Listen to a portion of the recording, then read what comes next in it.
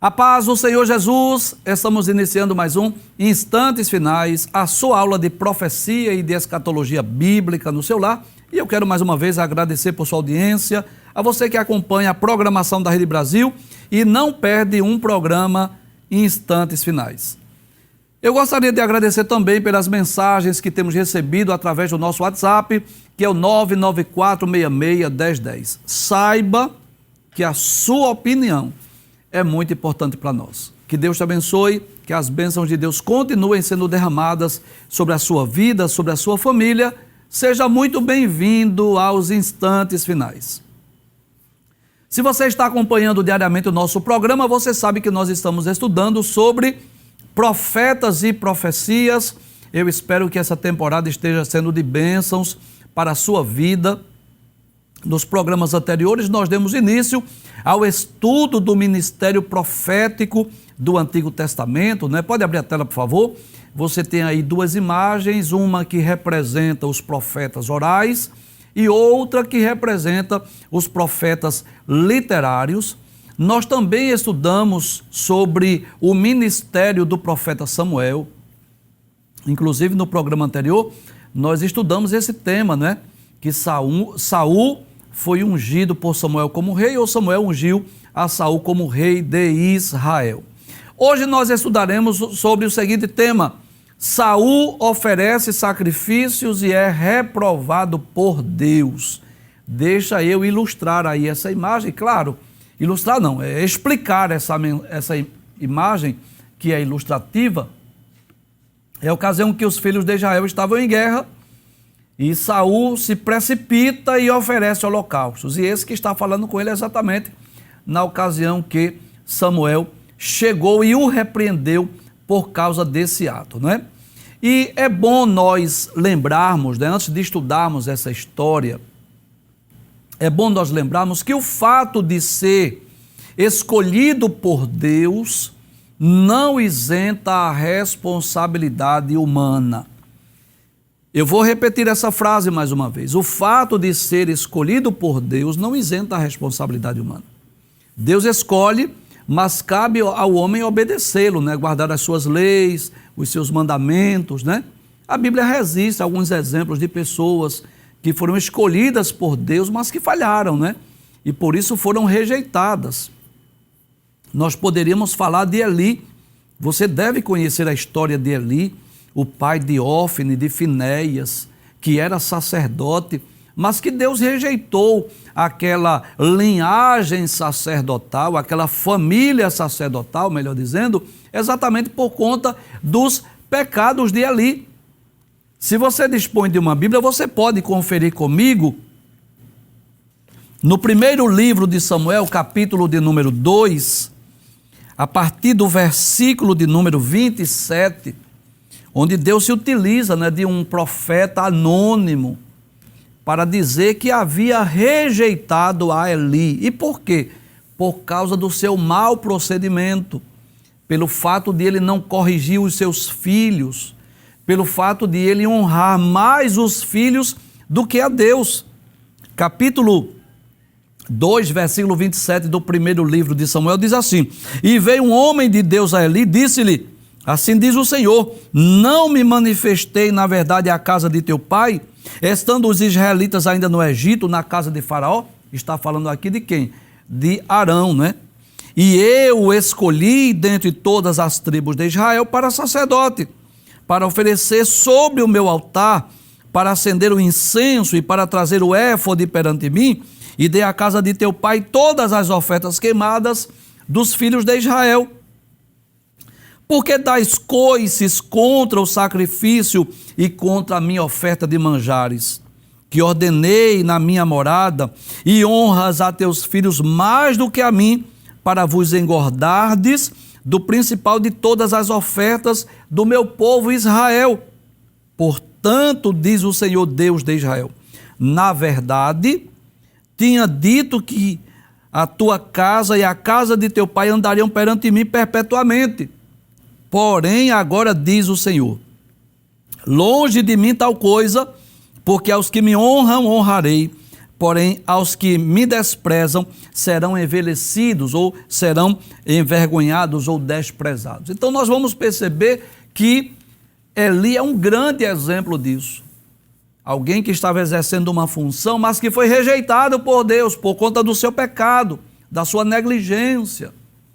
E Saul também é outro exemplo. Infelizmente, Saul cometeu graves erros que resultaram na profecia que o seu reino não iria subsistir. Hoje vamos falar sobre o primeiro, não foi o único, mas vamos falar sobre o primeiro erro de Saul, que foi exatamente oferecer sacrifícios, que era uma função específica dos sacerdotes. Saul era rei, ele era da tribo de Benjamim, ele não era sacerdote, ele não era da tribo de Levi. Não competia a ele a função de exercer holocaustos e sacrifícios. E nós vamos perceber isso, né? A história de Saul nos ensina isso. Deus escolhe, Deus dá as oportunidades, mas isso não isenta a responsabilidade humana. Cabe àquele que foi chamado, aquele que foi escolhido, aquele que foi separado, aquele que foi consagrado para uma obra, para um ministério, para um trabalho, para um serviço específico, cumprir a sua missão, sem deixar a desejar, nem fazer além do que deve ser feito e nem a menos do que deve ser feito, mas cumprir aquilo que Deus lhe determinou. Vamos estudar essa história? Saul oferece sacrifícios e é reprovado por Deus, é o tema do nosso programa hoje.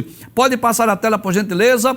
Vamos estudar aí, primeiro livro de Samuel, capítulo 13, versículos 5 a 14. Mas antes vamos trazer aí algumas informações introdutórias.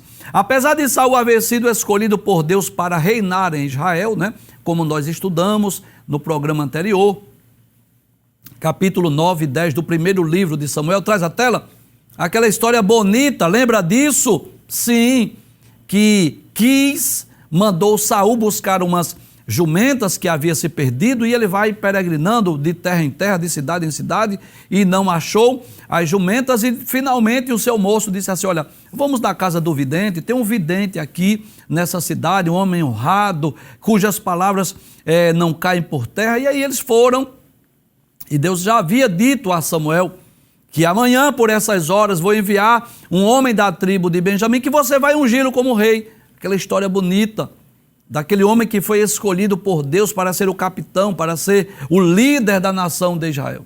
Mas observe, como já dissemos, que Saul não perseverou em obedecer a Deus. Traz a tela mais uma vez.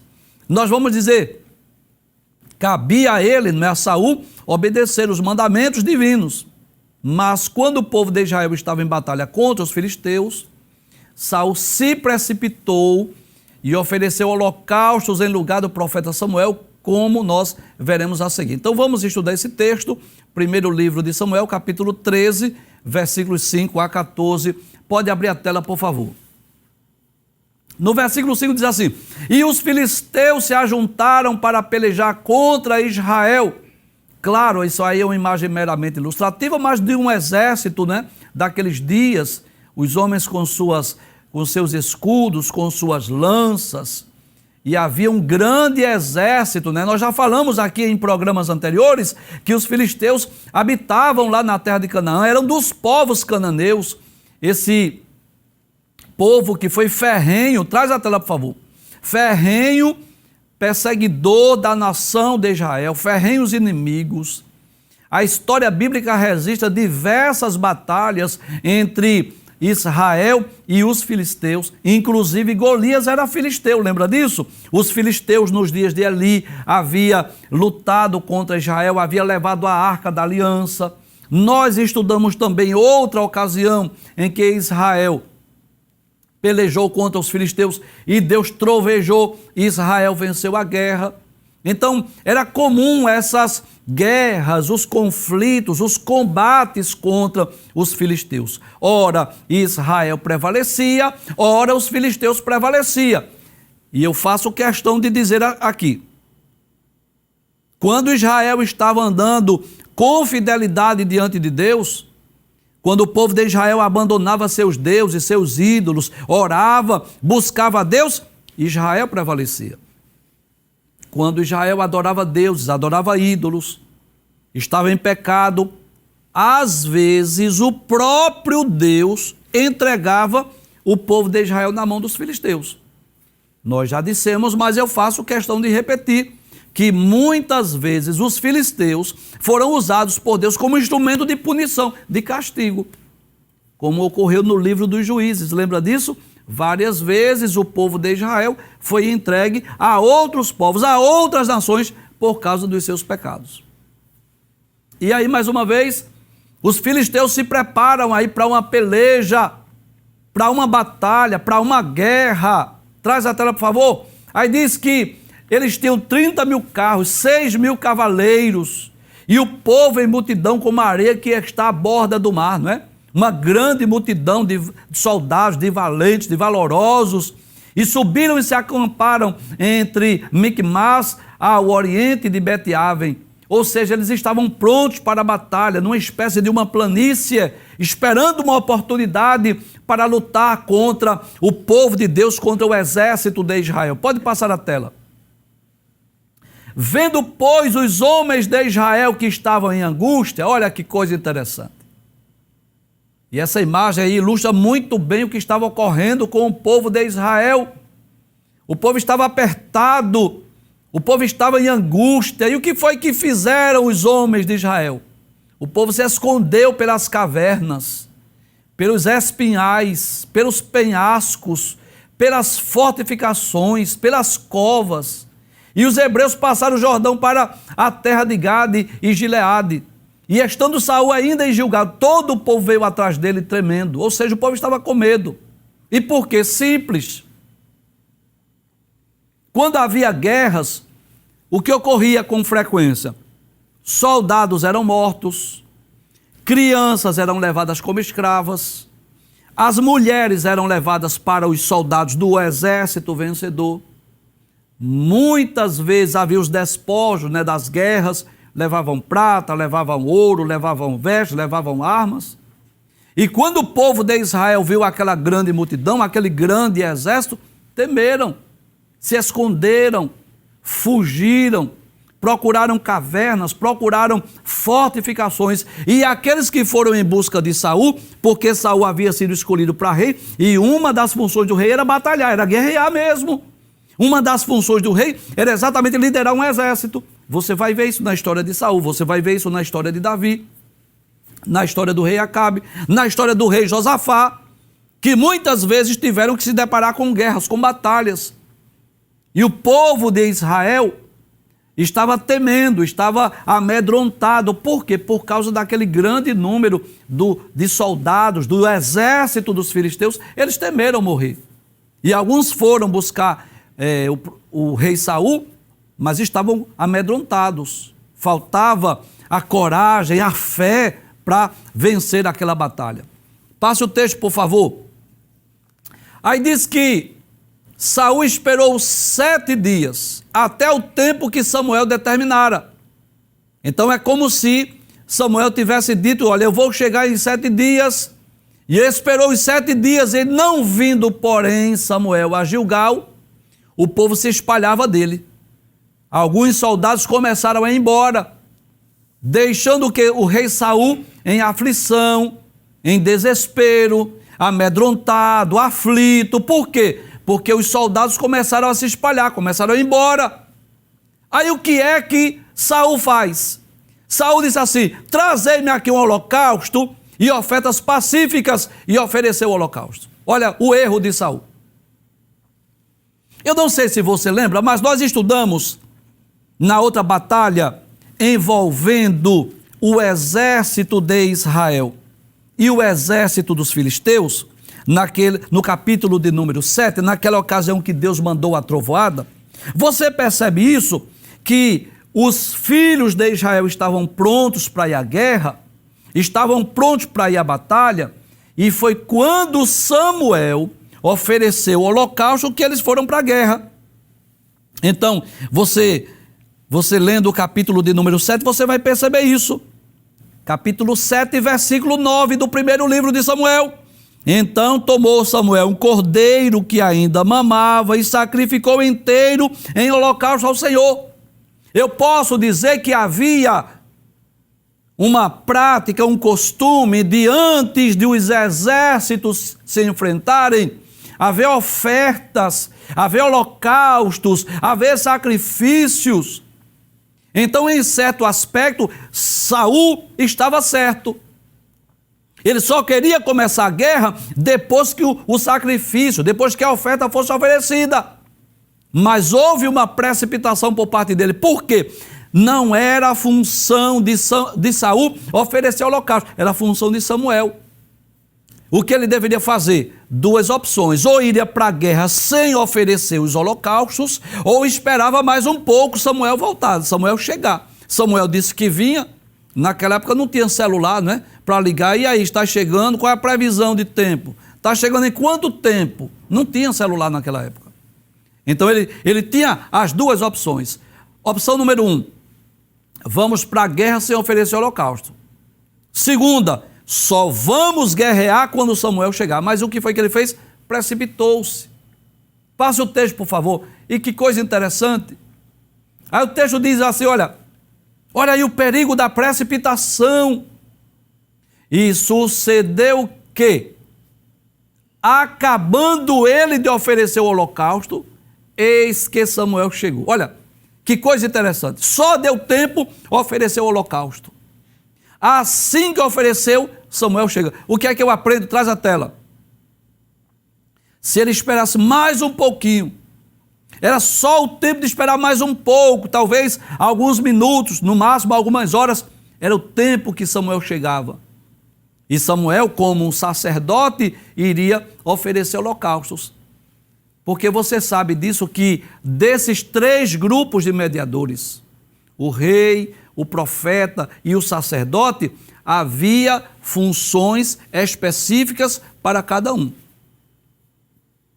Quem era o profeta? Aquele que ouvia Deus e transmitia a mensagem de Deus aos homens. Embora que às vezes o profeta ensinasse a lei de Deus, embora que os profetas pudessem também fazer milagres, mas a principal função do profeta é ouvir Deus e falar com o povo. E o rei, qual era a função do rei? Reinar politicamente e administrativamente sobre a nação, tendo do seu lado o apoio da liderança religiosa, espiritual, dos profetas e dos sacerdotes. Observe isso, que os bons reis, eles tinham profetas e sacerdotes pertinho de si.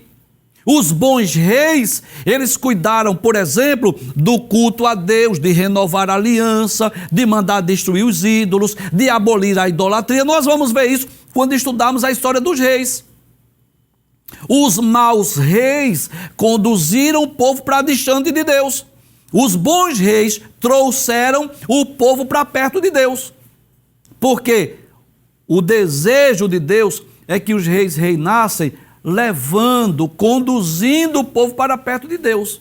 Então eles tinham essa função administrativa, essa função política, de muitas vezes até ter que ir à guerra, batalhar, lutar, escolher soldados valentes, valorosos, generais, soldados, fazia parte da função do rei. Não era a função do profeta, não era a função do sacerdote. Quem deveria ir à guerra era o rei, que deveria encabeçar a guerra. Hoje é diferente. Hoje os comandantes, os generais não vão para a guerra, ele manda os soldados. Ele até dá as estratégias, ele até diz como vai ser as investidas, como vai ser a batalha, mas ele não vai. Não vai. Um general, um comandante não vai para a infantaria, claro que não. Hoje ele fica por trás, dando as ordens, as normas, né? Dizendo como é a guerra. Mas nos tempos bíblicos, eram os reis que encabeçavam. Eram os reis que estavam lá, mesmo que eles tivessem os seus generais. Mas eles também iam para a guerra. Davi foi para a guerra muitas vezes, Saul foi para a guerra, Acabe foi para a guerra, Josafá foi para a guerra e muitos outros. Mas observe que não era a função do rei oferecer holocausto, oferecer sacrifício. Essa era uma função específica. Deus delegou função específica Para quê? Para que os sacerdotes oferecessem holocaustos, oferecessem sacrifícios. Aí o que é que Saul faz? Se precipita. Vai oferecer holocaustos, vai oferecer sacrifícios. Mesmo que o momento fosse difícil, fosse um momento de desespero, mas essa não era a função dele. Cada um tinha as suas devidas atribuições. Inclusive, eu faço questão de dizer isso. O rei poderia ser de qualquer tribo de Israel. Qualquer tribo. O profeta poderia ser de qualquer tribo. O sacerdote não, tinha que ser da tribo de Levi. Então, observe que essa função era específica do sacerdote. Aí o que eu aprendo aí? O que nós aprendemos? O que a palavra de Deus nos ensina? O perigo da precipitação, de agir neciamente, de agir precipitadamente. Nós já vimos aqui no programa anterior alguns exemplos de precipitação. Vamos relembrar? Adão precipitou-se quando comeu do fruto, quando deveria esperar Deus na viração do dia para perguntar: olha Deus, chegou uma serpente aqui diferente. Precipitou-se. Nós já citamos o exemplo de Abraão, que entrou na tenda para possuir Agar. Ele deveria orar a Deus: olha Deus, não era amigo? Abraão não era amigo de Deus? Deus chamou ele de meu amigo. Entrar na tenda e orar: olha Deus, Sara chegou com uma proposta aqui, costume da terra, já que ela é estéril, eu possuir Agar. O que é que tu dizes? É esse o projeto? Mas o que foi que ele fez? Em vez de entrar na tenda para orar, entrou na tenda para possuir Agar. Você sabe disso. O povo de Israel se precipitou e pediu um rei. Já estava na monarquia, no projeto de Deus, a monarquia. Já estava no projeto de Deus. Mas o povo se precipitou, pediu um rei. Detalhes. Mesmo quando Samuel advertiu: olha, o rei vai agir assim, vai sobrecarregar vocês, os vossos filhos vão trabalhar para ele. Nós queremos um rei. E agora foi a vez de Saul. Precipitou-se, ofereceu holocausto, quando não era função dele. Abre o texto mais uma vez. Aí o texto diz assim: e quando sucedeu que, acabando ele de oferecer o holocausto, eis que Samuel chegou. Quem chegou? O homem que deveria fazer os holocaustos, sacrifícios. Saul lhe saiu ao encontro para o saudar. Então disse Samuel: que fizeste? Disse Saul: porquanto via que o povo se espalhava de mim, e tu não vinhas nos dias aprazados, e os filisteus já tinham ajuntado em Miquimás. Passa o texto, por favor. Aí ele diz: eu disse, agora descerão os filisteus sobre mim a Gilgal, e ainda a face do Senhor não orei. Olha que coisa interessante. Eu não orei ainda, eu não me consagrei. E eu posso dizer que o que era que Saul deveria ter feito? O que era que Saul deveria ter feito? Orar ele podia. Buscar a Deus ele podia. Clamar a Deus ele podia. O que ele não podia era oferecer holocausto. Ele deixou de fazer o que deveria fazer, orar, e fez o que não deveria fazer, oferecer holocausto e oferecer sacrifício. Aí veja o que diz o texto. Aí ele diz: então disse Samuel a Saul: agiste neciamente. O que é agir neciamente? É como louco. É como alguém que faltou prudência, faltou sabedoria. E ele diz: e não guardaste o mandamento que o Senhor teu Deus te ordenou. Ou seja, ele não era inocente. Ele sabia da lei, ele sabia das normas, ele sabia dos princípios. Ele não errou porque não sabia, ele errou sabendo, ele cometeu o pecado porque ele já sabia. Aí vem a sentença: porque agora o Senhor teria confirmado o teu reino sobre Israel para sempre. Professor, o que significa isso? Confirmar o reino sobre Israel para sempre significa dizer que da descendência de Saul viriam os demais reis. Então, quando Deus havia escolhido Saul, significa dizer que Deus não escolheu só um homem, que Deus havia escolhido uma linhagem, uma dinastia, uma sequência, uma família. Porque a monarquia não é assim. Filho de rei é príncipe que depois torna-se rei. Se você ler a história dos reis de Israel, você vai perceber isso. Israel teve 42 reis. 3 deles reinaram sobre as 12 tribos, que foi Saul, Davi e Salomão. Depois de Roboão ainda começou, sobre as 12 tribos, mas o reino dividiu-se, reino do norte e reino do sul. O reino do norte teve 19 reis e o reino do sul teve 20. Então, um total de 42 reis. E nós vamos perceber isso, que havia uma dinastia, uma sequência real, a realeza. O rei morria, o filho assumia. O príncipe, o filho do rei, um dos filhos assumia, geralmente o primogênito, geralmente o filho mais velho. Então é bom nós esclarecermos isso, que quando Samuel diz que Deus rejeita a Saul, não significa dizer que ele deixaria de ser rei de imediato. Não significa dizer que o outro rei já iria sentar no trono de imediato, não. Mas, em outras palavras, Deus estava dizendo que não haveria sucessão da sua família no trono de Israel. Significa dizer que Jonatas, por exemplo, filho de Saul, não seria rei. Inclusive, por falar em Jonatas, Jonatas é um dos homens mais extraordinários da Bíblia, um homem fiel a Deus, fiel a Davi, que não teve o ciúme que teve Saul, seu pai, o ciúme que teve de Davi. Porque Jonatas, mesmo sendo filho de rei, não temeu a Davi. E reconheceu, inclusive, que Deus havia dado o reino a Davi. Mas nós vamos perceber que vem uma sentença. Por quê? Por causa de uma precipitação. Porque ele precipitou-se, correu para fazer o que não deveria. Volta o texto mais uma vez. Aí ele vai dizer assim: porque agora o Senhor teria confirmado o teu reino. Como que diz assim? Isso era uma prova, isso era um teste. Era uma oportunidade para Deus confirmar o teu reino sobre Israel para sempre. Pode passar o texto, por favor? Versículo 14. Aí diz assim: agora, porém, não subsistirá o teu reino. Em outras palavras, não haverá o fim de não haverá uma continuidade dessa sucessão real na tua família. Já tem buscado o Senhor para si um homem segundo o seu coração. Quem é esse homem segundo o seu coração? Traz a tela, por favor. Todos nós sabemos, Davi, aquele que era pastor de ovelhas, filho de Jessé, que foi escolhido por Deus. E eu posso até dizer que se o povo de Israel, assim eu creio, que se o povo de Israel não tivesse se precipitado em pedir o rei antes do tempo, chegaria o tempo em que, em vez de Samuel ungir a Saul, teria ungido a Davi. E que Davi seria o primeiro da linhagem, ou o primeiro da monarquia.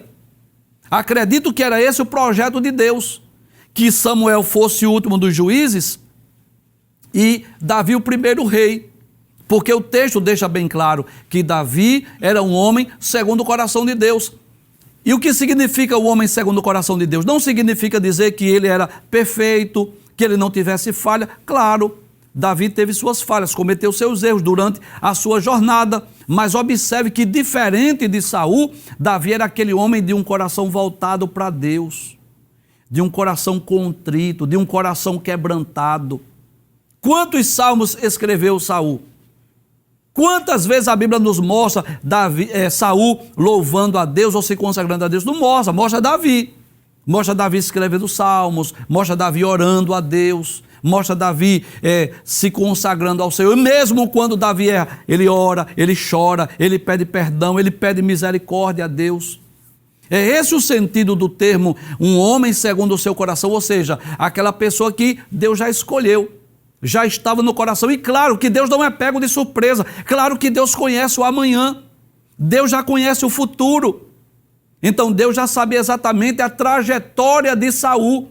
E o problema de Saul não foi só a precipitação, porque ele poderia ter orado, poderia ter chorado, se arrependido, pedido a Deus sabedoria. Senhor, me ensina, me ajuda para eu não errar mais, porque todo mundo falha, todo mundo erra, todos nós somos sujeitos à falha. Mas o que Deus quer de nós é a reação depois da falha. Deus quer o quê? Arrependimento, choro, lágrimas. O que era que Saul deveria ter feito? Se arrependido, se humilhado, chorado, pedido a Deus sabedoria para não errar mais. Mas nós vamos observar que este foi o primeiro de uma sucessão de erros. Não foi só o único. Talvez alguém diga assim, mas Deus agiu arbitrariamente. Claro que não. Deus não age arbitrariamente. Deus tem a medida exata da punição, do castigo, da correção. Deus não extrapola limites. Um pai pode até extrapolar o limite. Um pai, na execução de uma disciplina, pode até exercer uma disciplina além do que o filho deveria receber. Um pai pode ser injusto. Um pai pode se precipitar. Deus não. E Deus tem uma medida certa para a punição, para o juízo, para o castigo. E por que veio essa sentença?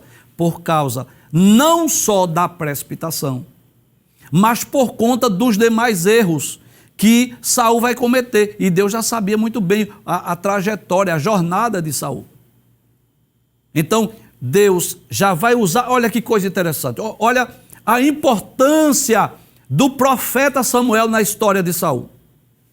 Samuel é usado por Deus para ungir a Saul, é usado por Deus na batalha contra os filisteus, capítulo de número 7 que nós já estudamos, para oferecer holocaustos, orar pelo povo, para o povo vencer a guerra contra os filisteus. Mas agora Samuel é usado por Deus para quê? Para repreender o rei. Veja a coragem e a audácia desses profetas, que eram homens corajosos, que eram homens audaciosos, que muitas vezes foram usados por Deus para repreender reis, para repreender até sacerdotes muitas vezes. Então nós vamos perceber que agora Samuel recebe essa incumbência de quê? De dizer àquele homem que ele mesmo havia ungido como rei, dizer que o seu reinado havia sido rejeitado por Deus. E não há nada pior do que alguém ser rejeitado por Deus. E quero deixar bem claro aqui que essa rejeição não é no sentido de condenação eterna. Não é no sentido de Deus dizer assim, você vai para o inferno. Não, essa rejeição é da sua função. Por quê? Porque Deus conhece o coração. Deus conhece o íntimo, Deus conhece o oculto. Talvez alguém diga assim, mas só por essa falha, só porque ele se precipitou. Não é só isso, Deus conhece o coração. E Deus sabia como era o coração de Saul. Você não vai encontrar na história de Saul ele chorando, se arrependendo, pedindo perdão, pedindo misericórdia, suplicando o perdão de Deus. Não. É como se isso ficasse assim mesmo. É a história de Esaú e Jacó. Mesmo a Bíblia apresentando muitas falhas, muitos erros de Jacó. Você percebe isso? Que se nós contarmos as falhas de Jacó e contarmos as falhas de Esaú, eu posso dizer isso, Jacó errou mais. Mas você encontra Jacó orando, você encontra Jacó fazendo voto, você encontra Jacó se humilhando, se arrependendo, chorando, derramando lágrimas. Então, Jacó tem um coração quebrantado. E é por isso que a Bíblia diz, não é? Amei a Jacó e aborreci Esaú. Isso não é predestinação. Isso é presciência, é conhecimento antecipado. Então é Deus que conhece o futuro e Deus que conhece o coração dos homens. Então, mesmo Davi não sendo esse homem perfeito, porque não era, porque cometeu suas falhas, cometeu seus erros durante a sua jornada, durante o seu reinado, mas era um homem segundo o coração de Deus. Por quê? Porque Davi tinha um coração quebrantado diante de Deus, diferente de Saul. Então o problema de Saul não foi só a precipitação. Eu diria que a precipitação foi um dos muitos erros de Saul. O fim de Saul é um fim trágico. Ele morreu numa guerra, ele suicidou-se, lançou-se sobre a sua espada. Mas vai ler a trajetória dele. Ele chegou a consultar uma pitonisa. Saul, no período em que estava com inveja, com ódio de Davi, com um grande exército para perseguir a Davi, 2 vezes Deus deu oportunidade a Davi de tirar a sua vida. Davi não tirou a vida dele. Você sabe disso. E Saul, mesmo tendo a sua vida poupada 2 vezes, em 2 ocasiões por Davi, Davi dando sinais, mostrando a bilha d'água, mostrando a orla do manto que ele havia cortado. Davi disse assim, olha, eu tive a oportunidade, olha aqui, o sinal, a prova, nas 2 ocasiões. Mesmo assim, Saul com ódio, posso dizer assim, um ódio infernal contra Davi, perseguiu Davi o quanto pôde e só não tirou a vida de Davi porque Deus não permitiu. Então eu posso dizer que essa rejeição de Deus para com Saul não foi só por causa da precipitação. Eu diria também, mas não só isso. É pela sua sequência de erros. Pelo fato de ele permanecer transgredindo. Nós vamos ver posteriormente, quando Deus manda Saul matar os amalequitas, destruir tudo. Aí ele poupa alguns animais, ele poupa o rei. Ele não cumpre na íntegra a missão que Deus lhe confiou. E nós vamos perceber que o fim de Saul foi trágico. E a história de Saul está registrada na Bíblia para nós entendermos isso. O fato de alguém ser chamado, o fato de alguém ser escolhido, ser ungido ou ser consagrado por Deus para exercer uma função, um cargo, para ocupar uma função específica, não isenta a responsabilidade humana. É por isso que tem pessoas que começam bem e terminam de uma forma trágica, como a história de Saul, como a história de Judas Iscariotes, que terminam a sua vida de uma forma trágica. Por quê? Porque não perseverou em servir ao Senhor, em obedecer ao Senhor, em guardar os seus mandamentos. Volto ao texto mais uma vez para nós concluirmos. Essa é a matéria que vamos estudar hoje.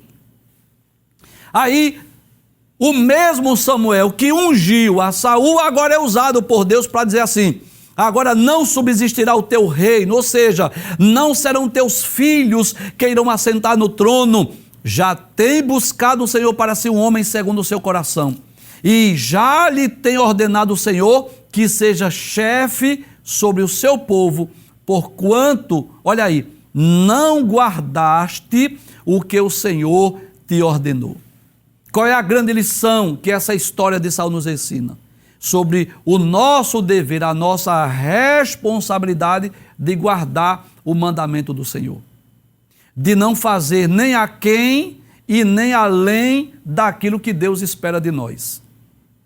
Existem pessoas que fazem aquém, que deixam a desejar, que não cumprem a sua função, que não cumprem o seu serviço, o trabalho que Deus lhe confiou. E tem pessoas que querem fazer além, querem fazer aquilo que não é função, não é uma missão, não é uma responsabilidade sua.